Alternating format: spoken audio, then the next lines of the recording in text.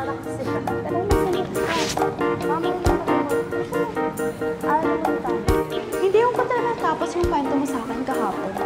Gusto ko ulitin mo yung kwento mo mamaya, ha? Dapat kiligin ulit ako. Ano? Seryoso ka ba?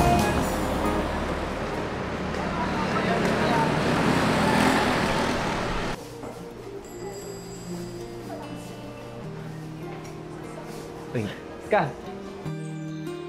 Hoy, ang ligalig mo naman. Kumalma ka nga. Halika na nga.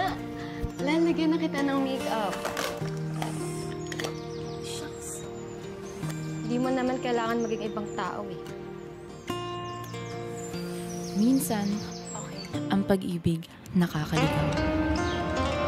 Bawat haplos na may